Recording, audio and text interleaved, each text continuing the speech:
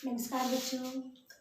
आज हम कक्षा 12वीं अध्याय 12 के अंतर्गत पढ़ने वाले हैं एल्डिहाइड कीटोन और कार्बोक्सिलिक अम्ल की जो बहुत ही इम्पोर्टेंट रिएक्शन है एल्डोल संघनन और कैनिज़ारो अभिक्रिया। रासायनिक अभिक्रिया हम पढ़ेंगे। रासायनिक अभिक्रिया में एल्डिहाइड और कीटोन बहुत सारी अभिक्रियाएं हैं जो एक समान देते हैं। उनमें से जो अभिक्रियाएं हैं एल्डोल अभिक्रिया और कैनिज़ारो अभिक्रिया दोनों ही पूछी जाती है अलग से, तो आज हम इनके बारे में देखेंगे। आप हेडिंग डाल सकते हैं, नोट कर लें। फर्स्ट हमारे पास है एल्डोल संघनन, इंपॉर्टेंट रिएक्शन है एल्डोल संघनन।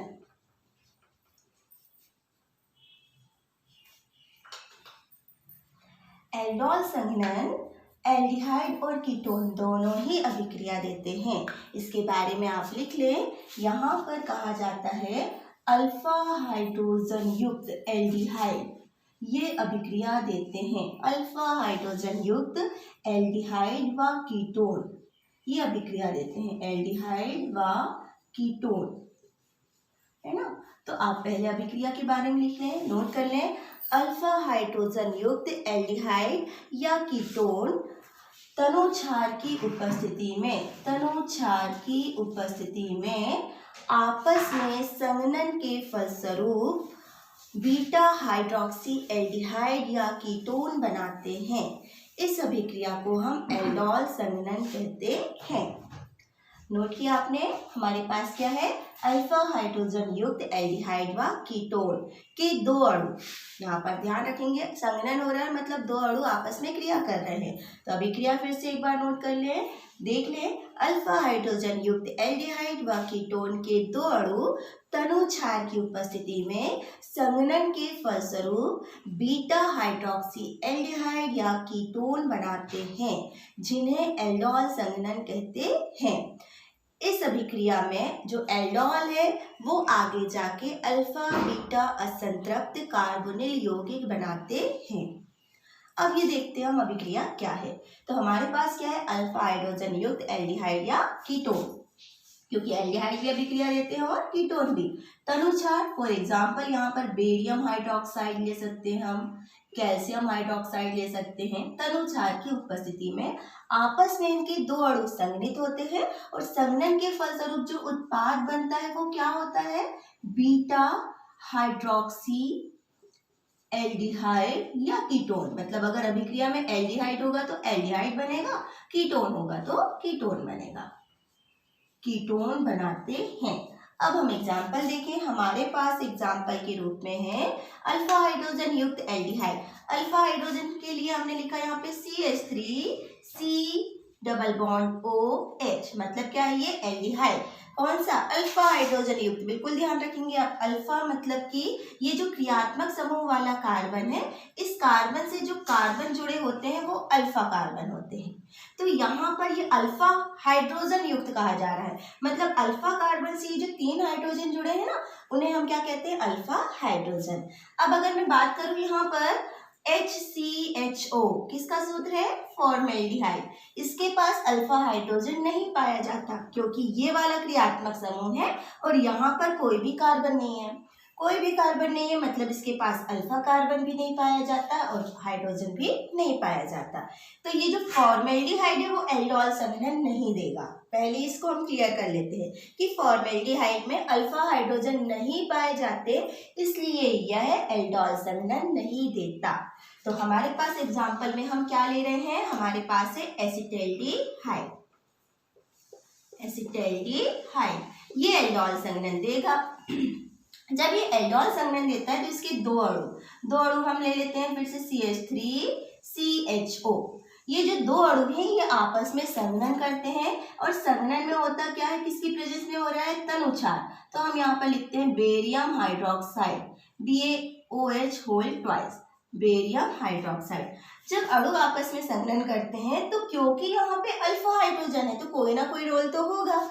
तो यहाँ पर कहा जाता है एक परमाणु का जो कार्बोक्सिलिक समूह है, दूसरे जो अणु है एक एसिटैल्डिहाइड अणु का कार्बोनिल समूह और दूसरे एसिटैल्डिहाइड का ये जो हाइड्रोजन है ना, अल्फा हाइड्रोजन है। ये अल्फा हाइड्रोजन, इनमें से 3 हाइड्रोजन है, इनमें से एक हाइड्रोजन जाके यहाँ पर कार्बोनिल समूह से जुड़ जाता है। तो एक हाइड्रोजन को अगर हम अलग लिखें ना तो इस प्रकार से लिख सकते हैं, ये जो है CH2 और यहाँ पर एक हाइड्रोजन को मैंने यहाँ लिख दिया H, ये CH3 थे CH2H। तो ये अल्फा कार्बन का एक हाइड्रोजन जाके यहाँ पर जुड़ जाता है किससे, ऑक्सीजन से, और ये पूरा समूह जाके कहाँ जुड़ जाएगा, कार्बन से। तो जब हमारे पास जो उत्पाद बनेगा उसकी हम संरचना देखते हैं, CH3C। अब आप देखेंगे यहाँ पर क्या हो गया, यहाँ का हाइड्रोजन जुड़ा तो क्या हो गया OH, है ना, और यहाँ पर ऑलरेडी हाइड्रोजन है तो इसको मैंने यहाँ पर लिख दिया H, और इसी कार्बन से ये बाकी समूह जाके जुड़ा तो ये हो गया CH2CHO, बन गया ना। यहाँ पे CH3CO, हाइड्रोजन जुड़ गया OH, ऑलरेडी कार्बन से एक हाइड्रोजन जुड़ा है और ये समूह जुड़ गया तो CH2CHO। अब इसे हमने क्या कहा, क्योंकि यहाँ पर ये वाला कार्बन हुआ अल्फा, ये वाला कार्बन हुआ बीटा, तो जो बीटा कार्बन है इस बीटा कार्बन पे कौन सा समूह जुड़ गया, हाइड्रोक्सी समूह, तो इसका हमने क्या नाम रख दिया, बीटा हाइड्रोक्सी एल्डिहाइड बनते हैं, बीटा हाइड्रोक्सी एल्डिहाइड बनते हैं। इसे हम क्या कहते हैं, एल्डोल भी कहते हैं। क्यों कहते हैं, क्योंकि जो एल्डोल में एल्डिहाइड भी क्रियात्मक समूह है और ऑल मतलब हाइड्रोक्सी एल्कोहल, एल्डोल मतलब एल्डिहाइड क्रियात्मक समूह और ऑल मतलब कि OH क्रियात्मक समूह, दोनों को जब जोड़ दिया जाता है तो उसे क्या कहते हैं, एल्डोल। तो इस प्रकार से जब अल्फा हाइड्रोजन युक्त दो एल्डिहाइड तनुछाद की उपस्थिति में संघनन करते हैं तो संघनन के फलस्वरूप बीटा हाइड्रोक्सी एल्डिहाइड बनते हैं, जिसे हम एल्डोल भी कहते हैं।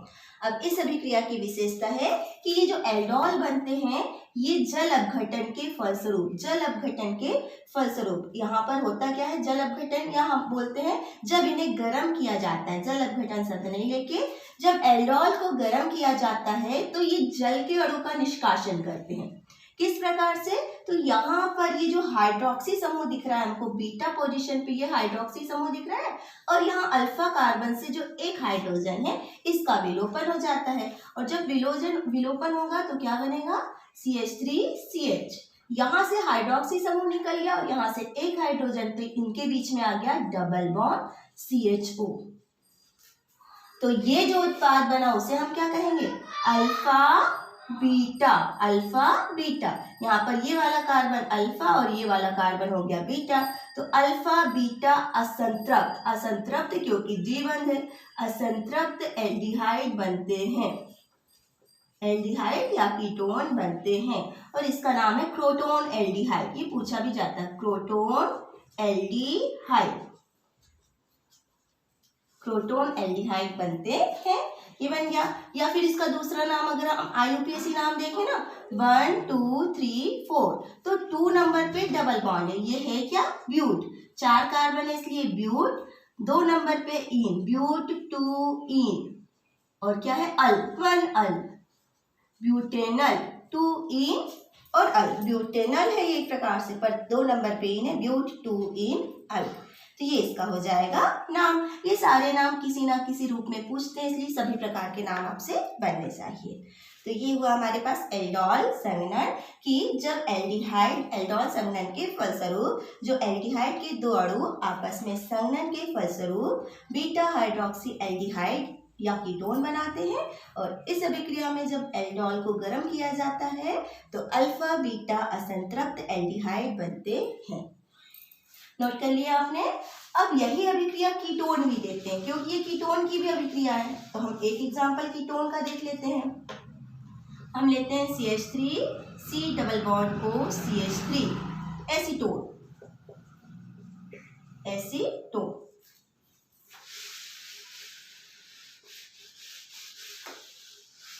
अब यहाँ पर जब एसीटोन है इसके पास भी क्या होता है, alpha hydrogen, CH3C double bond O CH3, इसके जो दो अणु हैं वो संघनन करेंगे BaOH whole twice, barium hydroxide की प्रेजेंस में। अब फिर से यहाँ पर ये जो अल्फा कार्बन का जो हाइड्रोजन है, एक हाइड्रोजन जाके यहाँ जुड़ जाएगा और बाकी बचा हुआ समूह यहाँ जुड़ जाएगा। उत्पाद को हम नीचे लिख रहे हैं सुविधा के लिए, तो ये हो जाएगा CH3C। अब यहाँ पर क्या जुड़ गया, डबल बॉन्ड O है ना, इससे हाइड्रोजन जुड़ गया OH, एक हाइड्रोजन यहाँ जुड़ गया। फिर ये जो CH3 समूह है इसको मैंने नीचे लिख दिया, इस कार्बन से जो CH3 जुड़ा है वो ये हो गया, और यहाँ बचा CH2 C double bond O CH3, ये क्या था CH3, तो ये हो गया CH3। तो ये जो बना, दो कीटोन आपस में जब संघनन करते हैं तो जो बनता है उसे हम कीटोल बोलते हैं। कीटोन से बना इसलिए इसको क्या बोलेंगे, कीटोन। और यहाँ पर ये क्या हो जाएगा, बीटा हाइड्रोक्सी कीटोन, क्योंकि यहाँ पर भी ये वाला कार्बन अल्फा कार्बन और ये वाला कार्बन बीटा कार्बन, तो कीटोन के संघनन से बीटा हाइड्रोक्सी कीटोल बनता है, बीटा हाइड्रोक्सी कीटोल बनता है। और फिर ये भी क्योंकि इसको जब गर्म किया जाता है तो गर्म करने पे जल के अणु का विलोपन हो जाता है। कौन से, यहाँ से ये हाइड्रोक्सी समूह का OH और ये हाइड्रोजन, ये आपस में जल के अणु का निष्कासन करेंगे तो क्या बचेगा CH3, यहाँ पे आ जाएगा C double bond CH, C double bond O CH3, और ये मैथिल समूह को यहाँ जोड़ दें CH3। तो जब इसको गर्म किया जाता है तो गर्म करने पे जल के अणु का निष्कासन होता है। और जब अब जो यौगिक बने, आप उनका नाम अगर देखें तो यहाँ पर 1 2 3 4 5 5 कार्बन है, 5 कार्बन पे 1 2 3 4, ये 4 नंबर पे क्या लगा है, हाइड्रोक्सी समूह और मैथिल। तो नाम आप लिख सकते हैं 4 hydroxy 4 methyl, 4 hydroxy 4 methyl pent 2 one, ये उसका नाम हो जाएगा 4 हाइड्रोक्सी 4 मैथिल पेंट 2 ओन। और इसके बाद क्या बना, अल्फा बीटा असंतृप्त कीटोन, इसका अगर हम नाम लिखते हैं तो वो क्या हो जाएगा, ये 1 कार्बन 2 3 4 5, तो यहाँ पर इसका जब नाम लिखेंगे तो ये हो जाएगा 2 मैथिल, 5 कार्बन इसलिए पेंट, 2 मैथिल पेंट 3 इन, और फिर सेकंड नंबर पे क्या है, ओन, 2 ओन, तो ये हो जाएगा इसका IUPAC नाम, 2 मैथिल पेंट 3 इन 2 ओन, है ना। तो ये कई बार क्वेश्चन आता है कि आप एसीटोन से 2 मैथिल पेंट 3 इन 2 ओन कैसे बनाएंगे, तो आप किसके द्वारा बनाते हैं, एल्डोल संघनन के द्वारा, कॉमनली इसको एल्डोल संघनन ही कहते हैं। तो एसीटोन की भी अभिक्रिया, उसको भी हम एल्डोल संघनन कहते हैं। तो एसीटोन की जब अभिक्रिया बेरियम हाइड्रोक्साइड से होती है तो पहले 4 हाइड्रोक्सी 4 मैथिल पेंट 2 ओन बनता है, जो गर्म करने पर 2 मैथिल पेंट 3 इन 2 ओन देता है, तो ये हुआ एल्डोल संघनन। इसी के साथ दूसरी हमारे पास जो अभिक्रिया है वो क्या है, केनिज़ारो अभिक्रिया, केनिज़ारो अभिक्रिया।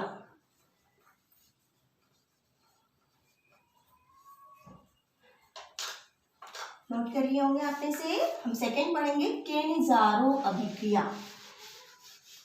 केनिज़ारो अभिक्रिया और एल्डोल संघनन साथ में ही से इसलिए पढ़ा जाता है, दोनों अभिक्रियाओं में थोड़ा सा चेंज है।